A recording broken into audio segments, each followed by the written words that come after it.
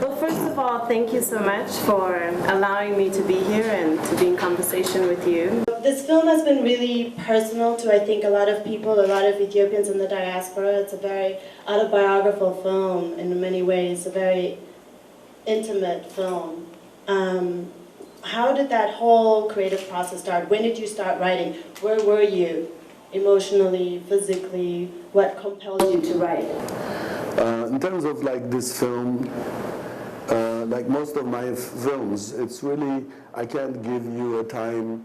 I can only tell you when I began to look for money.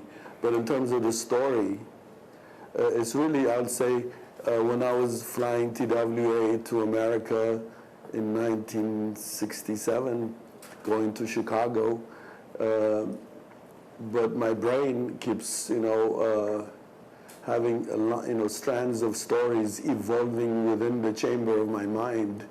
And at a certain point, I would write them, but oftentimes they are also being processed in my brain. And so, like Sankofa, for example, it began really as I found African Americans in America and having a very formidable confrontation with that society. And so the process, I can say, most of the films that I do, usually it's about what bothers me, and I'm processing them to enable to tell people that journey itself, that story's journey. And so in Teza, it's the same thing. But every year, I would always write 1 or 2, 3 scripts. When I say write, really rewrite. For example, I started Sankofa when I was a student at UCLA. Wow. And it was not good, but it keeps staying around, meandering in my life, wherever I am. All the stories are around, evolving.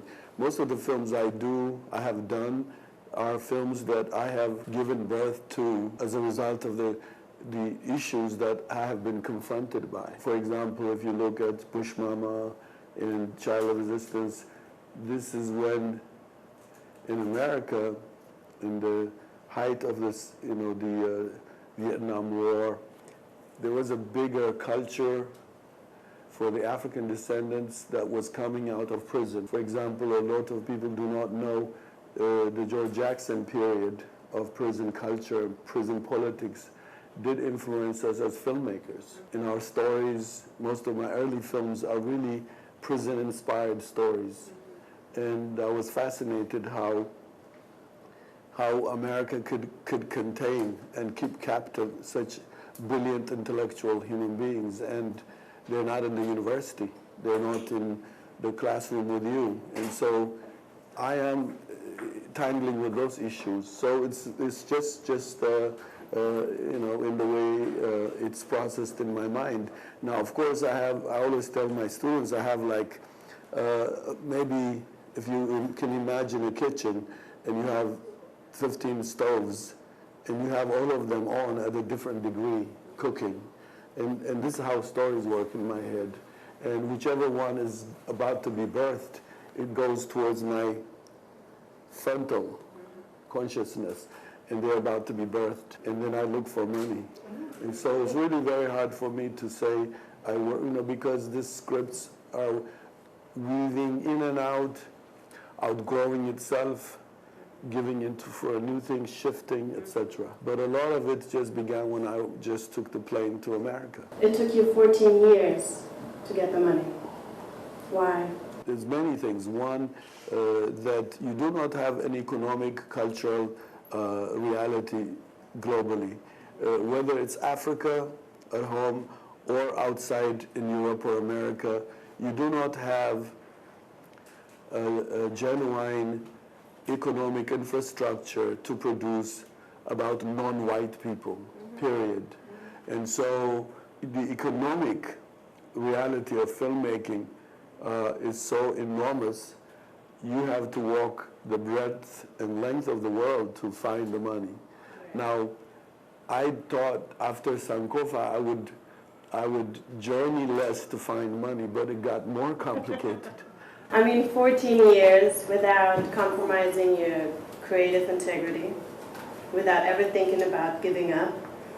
Now that the film is done, did you expect this kind of recognition from the international community? I mean, you got all these awards and the film has been taking you quite far now. No, in Sankofa, even when Sankofa came out, I thought I was still sleeping and dreaming in the way black folks responded. But then again, I look at the response of black people versus the response of the world is entirely different. For example, this film, for me, I went through, like when I was even talking about compromise, for example, Teza is the first film I brought partners in Europe, especially in Germany.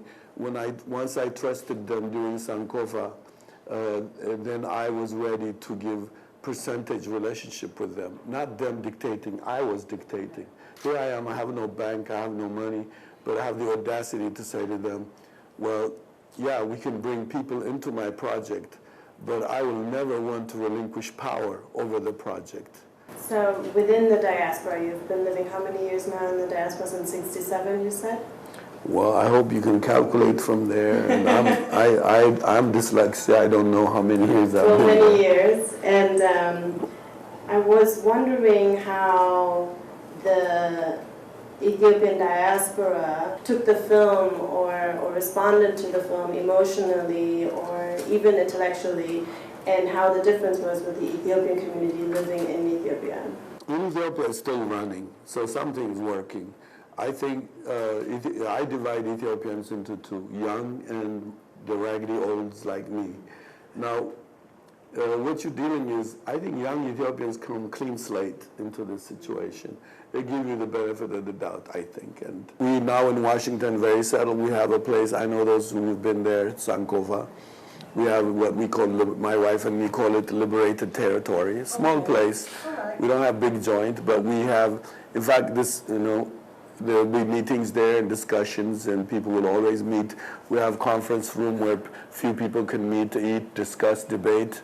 We have a lot of political studies students, young people who discuss history. Well, not political parties, but young people who want to read and study. There's a study group every Friday that meets in the conference room. There's a group that shows them, movies. We do book signing, video film.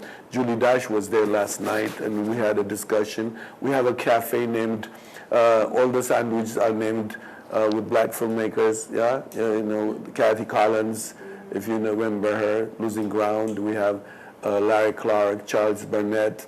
The ones who are not, also Spike also. He doesn't need the sandwich from our place, but they named it for him anyway. So we have, I never tested the Spike sandwich, but they have Spike sandwich, etc. So we have a very, nice cultural base.